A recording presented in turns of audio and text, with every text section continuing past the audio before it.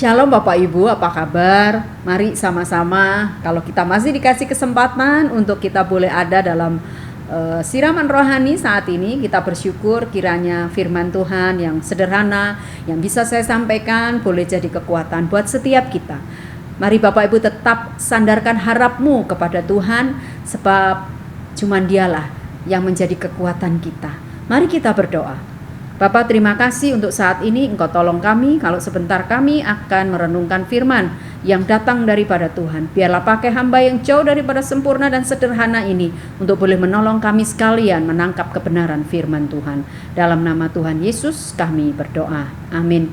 Ya, Bapak Ibu yang dikasihi Tuhan, saya ingin kita melihat dalam Kisah Para Rasul 4 ayat 13. Di sana dikatakan ada sebuah kisah di mana Rasul Petrus dan Yohanes waktu itu mereka disidang. Kisah Para Rasul 4 ayat 13 itu berkata demikian. Ketika sidang itu melihat keberanian Petrus dan Yohanes dan mengetahui bahwa keduanya orang biasa yang tidak terpelajar, heranlah mereka dan mereka mengenal keduanya sebagai pengikut Yesus. Bapak Ibu yang dikasihi Tuhan, kita semua tahu latar belakang kedua murid Yesus ini. Dan rata-rata 12 murid Yesus, sebagian besar kurang lebih ya, ada beberapa orang diantaranya adalah nelayan. Profesi yang sama sekali dalam secara strata ekonomi dan lain sebagainya adalah memang bukan orang-orang yang berpenghasilan lebih begitu ya, artinya bukan orang yang kaya, dan mereka juga bukan orang terpelajar karena hidup mereka cuma ada di laut, berurusan dengan laut dan ikan begitu. Nah, tetapi dalam Kisah Para Rasul 4 ayat 13, mereka saat itu setelah Tuhan Yesus naik ke surga, mereka dipenuhi dengan Roh Kudus. Sehingga ada kekuatan yang datang daripada Tuhan yang menggerakkan mereka untuk punya keberanian yang luar biasa. Bahkan kemudian dalam Kisah Para Rasul tadi kita baca, bukankah sidang, ketika mereka disidang, Petrus dan Yohanes disidang oleh para pemuka-pemuka agama yang punya kepintaran yang luar biasa, pengetahuan yang luar biasa dan lain sebagainya. Pokoknya secara pendidikan dan lain sebagainya tidak berimbang begitu.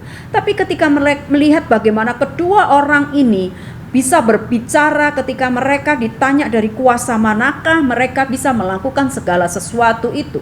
Bukankah mereka cuma seorang nelayan, tapi kenapa mereka punya sebuah keberanian yang besar. Bahkan kalimat-kalimat yang mereka lontarkan adalah kalimat-kalimat yang mencerminkan mereka bukan orang biasa yang notabene adalah seorang nelayan. Tetapi kita bisa melihat bagaimana Roh Kudus kalau sudah bekerja pada setiap diri orang, maka Roh Kudus gak pandang, oh kamu terpelajar, oh kamu berpendidikan, oh kamu dari golongan yang begini dan begitu.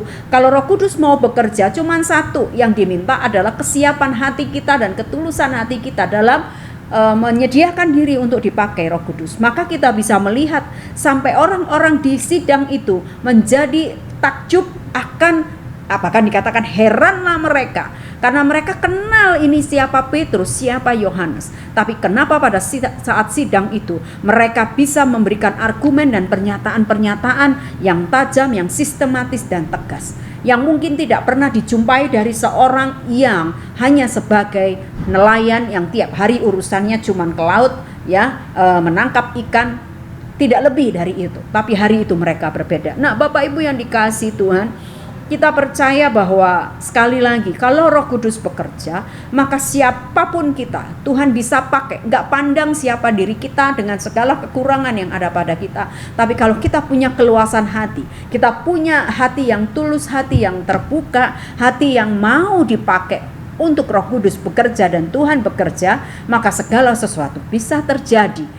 Oleh sebab itu hari ini kita belajar dari apa yang sudah pernah terjadi atas Petrus dan Yohanes. Roh Kudus bekerja atas kedua orang ini, maka Tuhan pakai mereka dengan dahsyat. Mereka bisa membungkam setiap pernyataan-pernyataan yang keluar dari para pemuka-pemuka agama yang punya keberanian dan juga tentunya punya kepintaran yang lebih itu. Tapi hari itu mereka bisa hadapi. Sebab apa? Sebab ada Yesus dan Roh Kudus yang ada dalam hidup mereka, yang bekerja, dan mereka mengikut saja, mereka pasrah saja akan apa yang Tuhan ingin kerjakan dalam hidup mereka. Maka nanti kalau kita lihat Bapak Ibu Saudara di ayat yang ke-10 juga ya dalam Kisah Para Rasul 4 ini, maka ketahuilah oleh kamu sekalian dan seluruh umat Israel, katanya, bahwa dalam nama Yesus Kristus orang Nazaret yang telah kamu salibkan, tetapi yang telah dibangkitkan Allah dari antara orang mati. Bahwa oleh karena Yesus itulah orang ini berdiri dengan sehat sekarang di depan kamu. Ini jawaban ketika orang-orang itu nanya, kamu dari kuasa yang kamu pakai dari mana untuk kamu bisa sembuhkan orang dan lain sebagainya.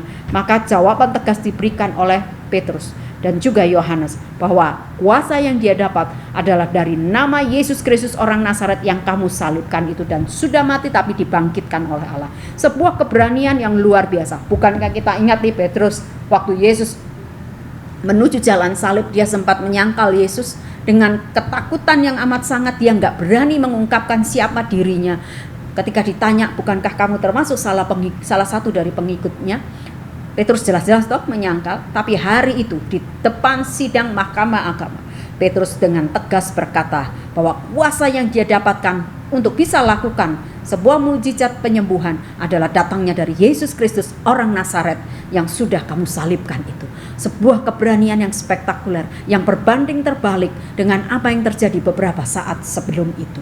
Nah, Bapak Ibu saudara yang dikasihi Tuhan, mari setiap kita dalam segala kelemahan dan keterbatasan kita, mari kita minta Roh Kudus boleh tetap tinggal dan terus ada dalam hidup kita, karena memang Roh Kudus ada dalam hidup kita, dalam hati kita setiap orang percaya. Cuman persoalannya kita sekalian mau tidak dipakai oleh Tuhan untuk melakukan bagian pekerjaan Tuhan. Mari kita biarkan hati kita terus dalam kendalinya Tuhan, dalam kuasanya Roh Kudus, supaya juga Tuhan bisa melakukan pekerjaan-pekerjaannya melalui hidup kita.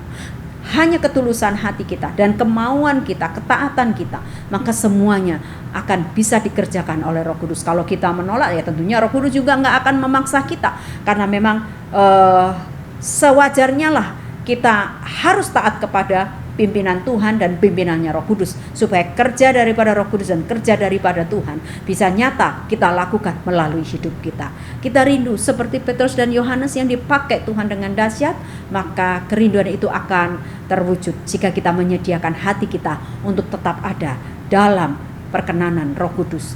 Kiranya Tuhan Yesus memberkati Bapak Ibu Saudara sekalian. Biarlah Tuhan memakai setiap kita dalam panggilannya dan juga dalam passion yang sudah Tuhan tetapkan buat masing-masing kita. Sediakan hatimu selalu untuk boleh dipakai oleh Dia, dan juga hidupmu boleh dipakai oleh Dia. Mari kita mengakhiri renungan singkat ini dengan berdoa.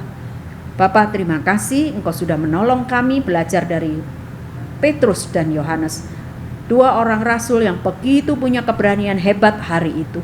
Itu tidak lepas daripada apa yang Tuhan sudah kerjakan atas hidup mereka.